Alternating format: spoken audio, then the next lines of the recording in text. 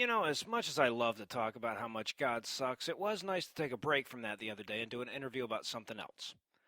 So usually when I do interviews with other podcasters, we'll talk about atheism or, whatever I'm there to talk about. And then once the recorders are switched off, we'll bullshit about podcasting for a bit. But this time, the interview itself was about podcasting. So Brian from ProfitCast invited me on. Now that's ProfitCast with an F, not to be confused with ProfitCast with a PH, which is a fine show and all. It's just not the one that I was on. This show is all about how to monetize a podcast, and since Heath and I haven't starved to death yet, he wanted to talk to us. And I was good. I stayed on topic. I didn't cuss, and I didn't talk about God being bullshit, but I did manage to sneak one little dig against theism in there. When Brian asked me how I measured my success, I told him that as an atheist, I don't have an afterlife to look forward to or anything, so I consider the podcast to be my way of carving out a little bit of immortality 1 hour at a time. So when I look back over the show that we've created, the most pertinent question that I can ask myself is whether I'm proud of the echo that I've left in the world. And then I added something about how it's also nice to not have my car repossessed. Anyway, this little comment, as it turned out, led at least one person to give up his faith. Or at least that's the story he's telling me. One of ProfitCast's regular listeners emailed me afterwards. I guess, Brian had interviewed a Christian podcaster a few weeks back that left this particular listener at least feeling a little dour about his chance to succeed in podcasting. So basically, he emailed me to tell me how ironic he thought it was that he was more inspired by an atheist than he was by a Christian. Now, the tone of the email was really friendly and all, so my response was friendly as well.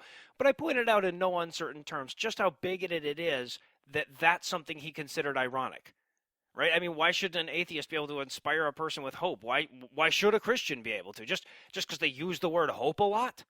They say inspiration a lot, and we don't. I mean, come on. The guy who's always talking about sex is the guy not getting laid, right? But I told the emailer, if he didn't think atheists were capable of being inspirational, clearly he's never heard Sam Harris give a talk or read any Dawkins. Clearly he's not listening to the same atheists I'm listening to. So we emailed back and forth a few times, and he clarified that what really surprised him was that the part of the interview that most inspired him was the part where I starkly admitted to my mortality. And I said without reservation that I'm going to cease to exist at some point, and that knowing that motivates me to leave my fingerprints on something while I'm here. Now, this guy was nominally Christian, but he admitted that the only real thing holding him to his faith was the fear of oblivion. But as I inadvertently pointed out to him, the thing that he thought was inspiring him was actually less inspirational than facing the truth.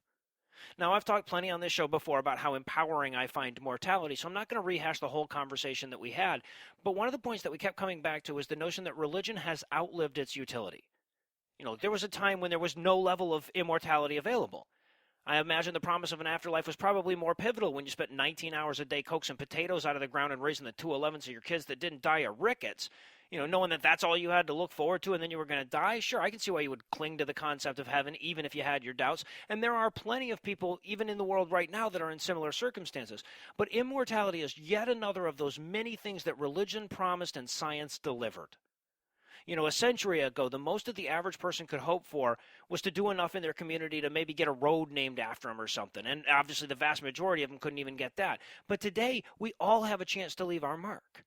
I'm reminded of a display I saw at the MoMA a couple of years back that talked about the future of mourning. Consider a person born tomorrow, right? She grows up, she lives to her mid-80s, and then dies with a dozen grandchildren, twice that many great-grandchildren.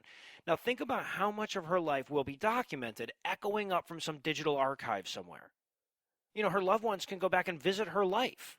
The music and the TV shows that she liked in her youth, the social media statuses that she posted after her first date with grandpa, maybe.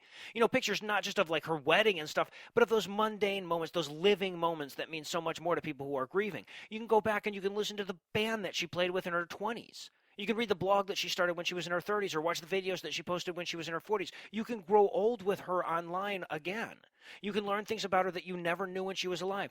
You can all but have a conversation with her after she's gone.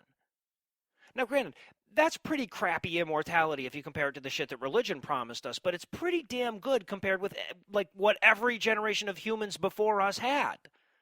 I mean, when we first started getting pictures of the heavens, they were pretty crappy if you compared them to the streets of gold that religion said we'd find there. But now we found shit out there that's way cooler than anything any Bronze Age shepherd could have dreamed up. Look, I'll take an awesome reality over a more awesome fantasy, and I'll be happy to have it. Jesus said faith could move mountains in both Mark and Matthew so far, but I haven't seen him do it yet. Still waiting. Now, I have seen science do that. It's it's kind of scary and depressing, but that's not the point. It's just another broken promise of religion that science took care of despite religion's best efforts. And the point is that there probably is a heaven. There probably is a paradise. And we could all get there together if religion would just get the fuck out of the way and let us build it.